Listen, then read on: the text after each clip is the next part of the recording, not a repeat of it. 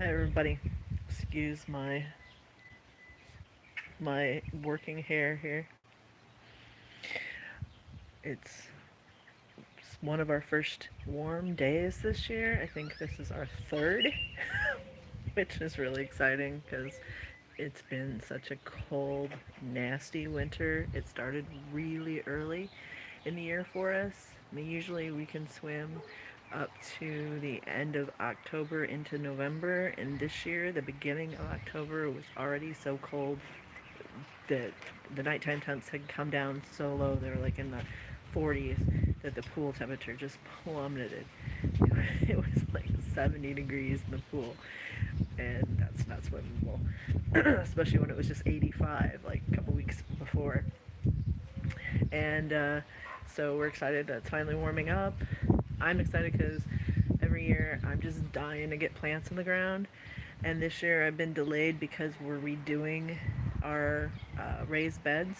We put them in same year our pool went in, so they're about 6 years old, and they're cedar, but we got cheap wood.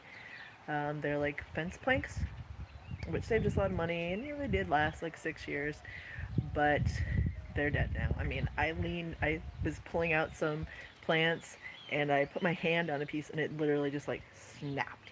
I was like, whoa. And you can see there's some places where there's holes like entirely through the bed. So we are replacing them, and I'll show you what we're putting in instead.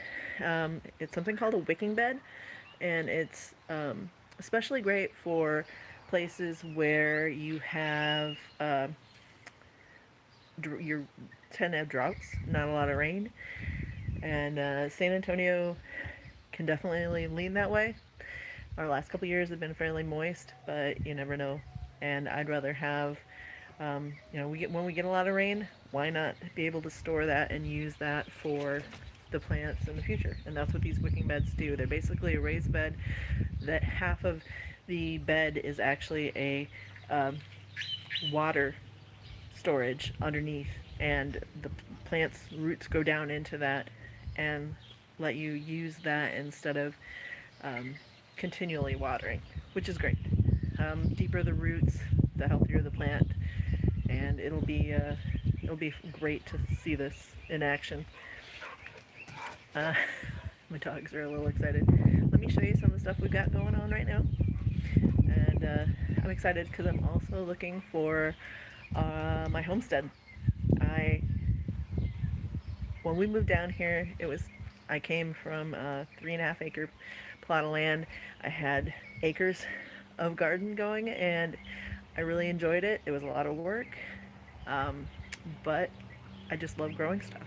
So when uh, when we brought in the came in here, it was nice because I didn't have as much of a time sink and everything, but I miss it, and I really want to. Um, when the kids are all out of the house, I don't need a 4 bedroom house. Move to a little ranch and grow as much of my food, including, my meat and my vegetables. Plant as many fruit trees as I can. I love the whole food forest idea, and I've done it in the past. And I really am looking forward to doing it again in the future. Let me show you some of what we've got going on here in the yard. Brought my bunnies out for today. Let me show you them. All right. There's my baby bunnies. One's a rescue. One was one of my oldest child's rabbit, but she's married and gone, and I still have the rabbit because I'm the one that takes care of them anyhow. All right, let me show you the plants. What's going on? Oh, let's start with my hydroponic system. This should finally be finished today. We found some leaks earlier. You can see it's solar panel powered, and there's my battery box, and it's 66. There's 11 per per here, and can I zoom out? Oop, nope, in. I want to go out. Well, you can see it here, and we're just curing it again since we fixed a couple more leaks. You can see everything here, but the base of this is what we're going to model our wicking beds after. You can see I've got these raised beds that were along the edge. What I'm going to do this time, instead of putting them along the edge, is actually pull them out 2 feet from the fence so I can get along the back side and the front side, because it was really hard harvesting stuff and taking care of plants on the back side. And we want to replace that grass with crushed granite, crushed DG, I can't remember what it's called, but it's pretty. We won't have to mow that area. For the dogs, we will leave like these side area. You can't see it with my grill. I love this bad boy, custom made for me. Don't add it, weighs over 800 pounds, so it's not moving again. Actually, I guess we'll have to figure out how to move it if we want to move it to the new, out to the farmstead eventually. But oh, there's my cactus. Little dill starts, thyme, parsley. But we're gonna pull those out, put stone down.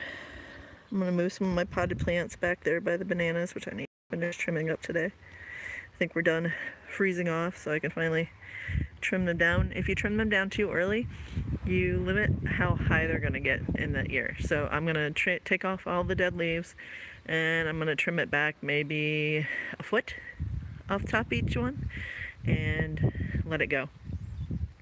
The heart will keep growing and come out the top. Rosemary's coming out in those beds. I'm gonna leave the bay tree. I'm gonna finally give it a good trim. I have to find some chefs in the area that want fresh bay leaves, or to dry some bay leaves, because that bad boy is about 5 years past due for a good trimming. And so yeah, we're gonna have those wicking beds that look like that on both sides here, and it's gonna be pretty cool. Looking forward to it. I've got so much stuff going on. I can't stand to not grow like everything. I'm like, everything I can possibly grow, I want to grow it. So I have a curry leaf tree there. I've got kumquat, lemon, kaffir lime. There's this little guy down here. You can see he was looking nasty, but he's got little starts coming. This curry tree is looking nasty, but I know a couple days of warm weather and it'll look really good again. My lemon tree is just blossoming crazy, and it's got some new little leaves. I love the pink. These lemons are so cool because the lemons themselves colors are similar to this. They're like white with green stripes kind of on them, and then when they're ripe, the inside's pink, and they're pretty decent tasting lemon too. I just pulled 3 off it last week and just used them all because they're good and everything. And there's my lime tree. She's covered in blossoms and baby limes. I've got baby shishito peppers back here. All my starts. I'm so ready to get stuff in the ground and in the hydroponic system. Got let's see, I know I've got Swiss chard, several different types of lettuces, and there's a squash. These are meant to go on the ground. These are going to go in the hydroponic system. These are probably going to go in the hydroponic system, honestly. These are dill. This is a Hispanic herb, goes in beans. I can't think of the damn name. This is chervil. And you got all kinds of stuff in here. Sage, tomato, rosemary, thyme, oregano, pepper, some more tomatoes, oh, rhubarb. That was one of the things I miss so much from being up north, is that I had a huge thing of rhubarb, and it just grew every year, and I didn't have to do anything. And here, I've had such a hard time growing it. But I think with enough composting, deep enough soil, and enough moisture, it should do fine. That's been my issue here. Let me see what else I have over here. Oh, I just trimmed back my mint. This stuff it's a chocolate mint. It's really strong. I love it. I have a holdover pepper plant from last year. I've been starting to trim it. I've got an eggplant in here from last year. It's held over, and a tomatillo plant that like planted itself in there and is still growing. Need to pick off those tomatillos. Tomato over there that looks rough right now, but it'll go strong real soon. I'm gonna probably put that in the ground. I've got some baby. I've got two of these, one on the other side. This is a finger lime. They're the coolest thing. It's like citrus caviar. I'm looking forward to playing with those and my culinary launchpad. If you haven't heard anything about that, I am launching let me flip this camera around. I'm launching a incubator shared use kitchen in Selma, just off the 35, and I'm basically going to be, we're trying to be full service for chefs and startup food businesses, offering classes and counseling when it comes to pricing, business models, budgeting, everything, that's important when you're starting a business. And unless you've taken classes, it's really not an intuitive thing.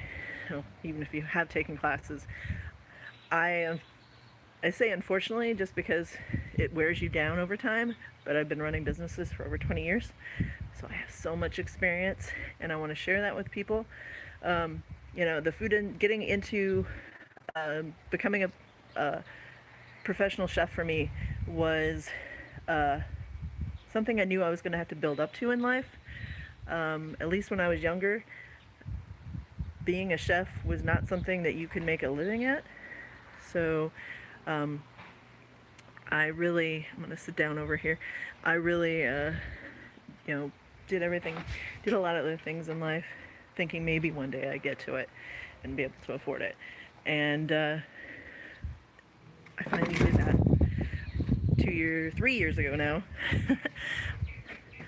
I decided to leave the business world and go to culinary school, and chose the CIA because I knew that it had the most value to offer me, and it was awesome.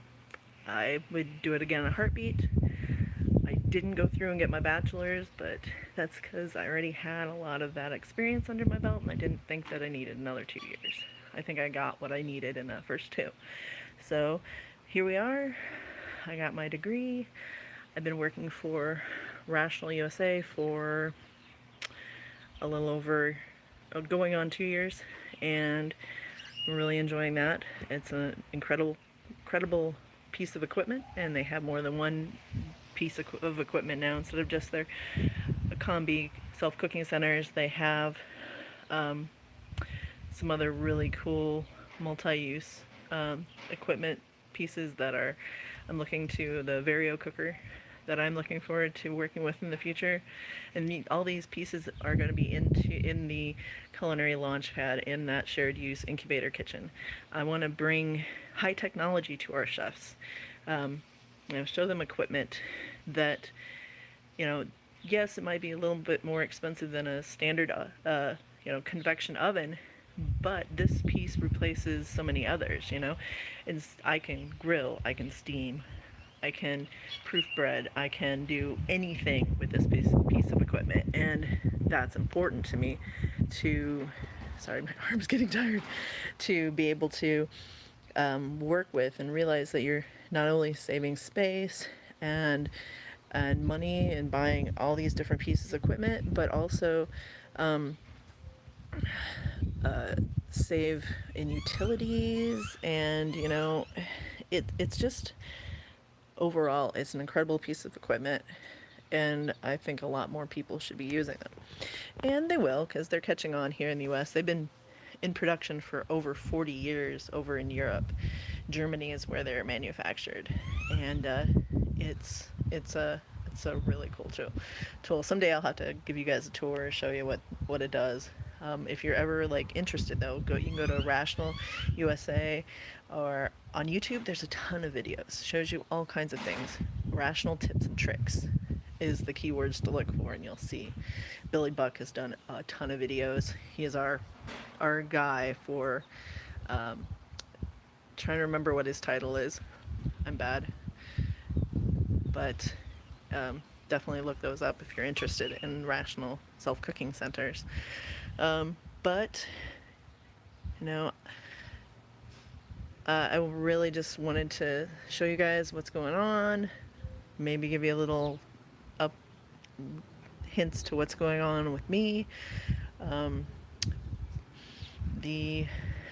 Finally, I've been working on the kitchen for Culinary Launchpad for over a year now, and I had almost given up hope, but we're finally getting off the ground, and it's terribly exciting. It means I've gone from like biding my time, being patient.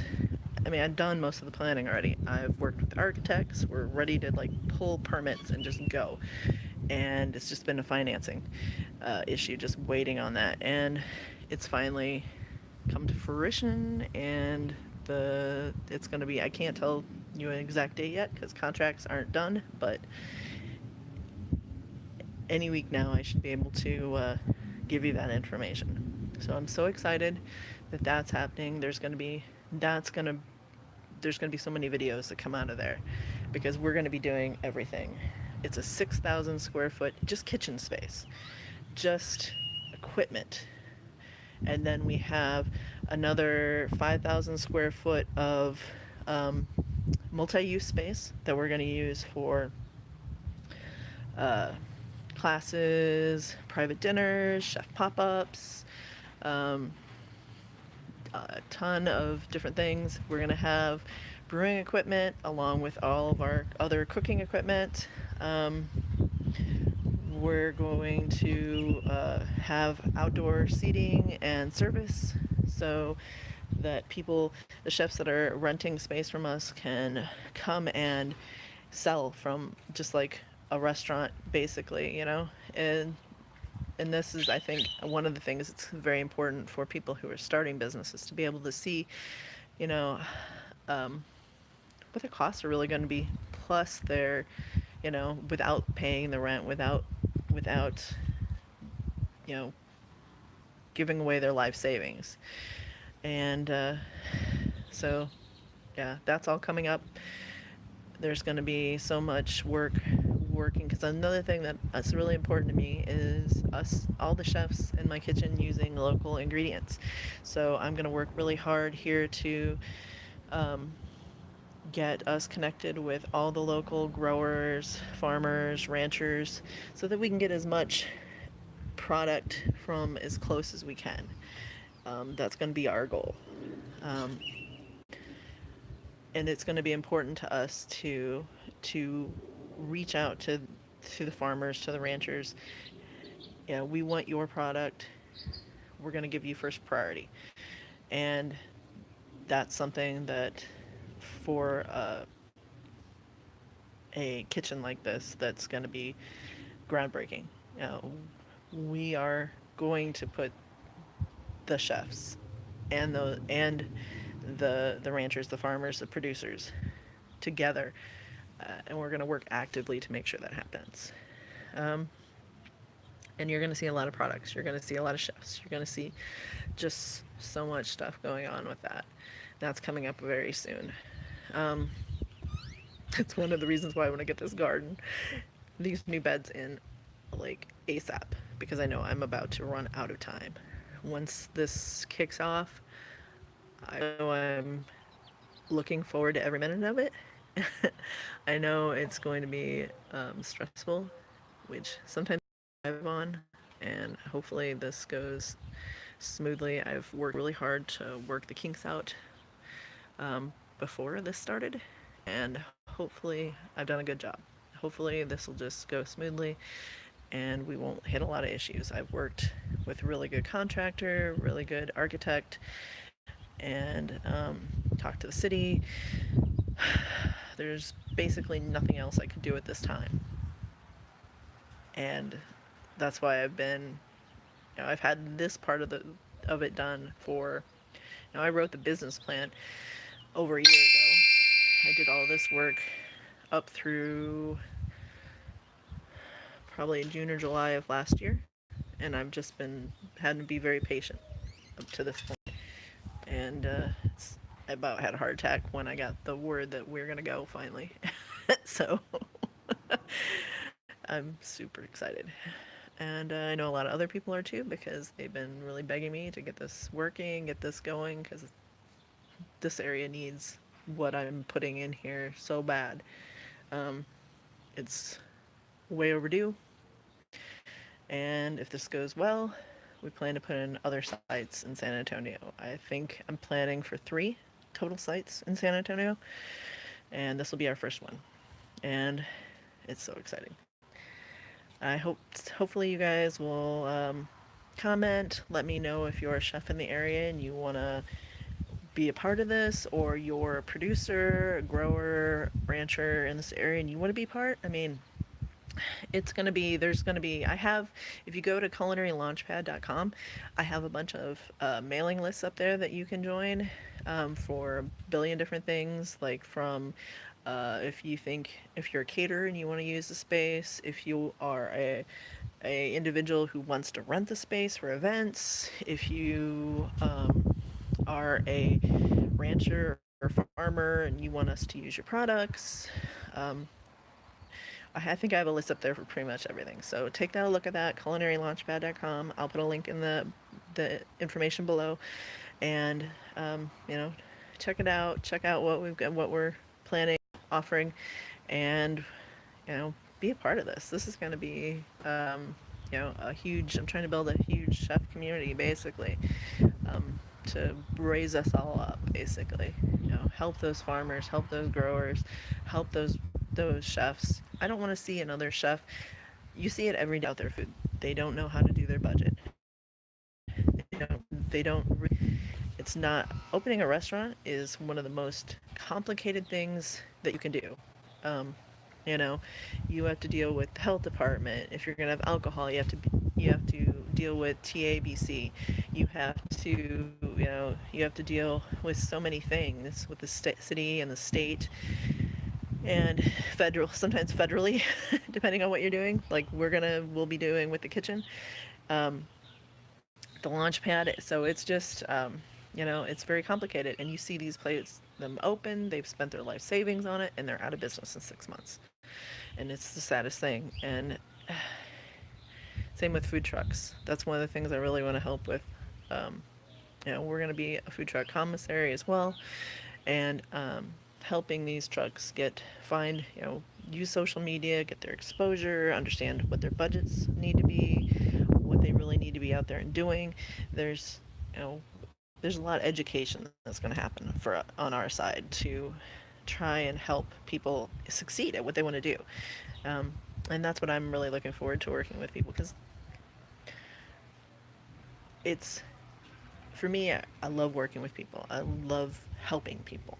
And especially when it comes to somebody who's looking at spending their life savings, I want to make sure that they don't fail, because that's a hard haul. Well, I hope that you guys like this video. Thumbs up, subscribe, help keep track of me. You'll see that I'm going to be moving fast and doing a lot of stuff soon. But it was nice talking to you all, and hopefully I'll get some response. Thank you. Subscribe and like and share. Thank you.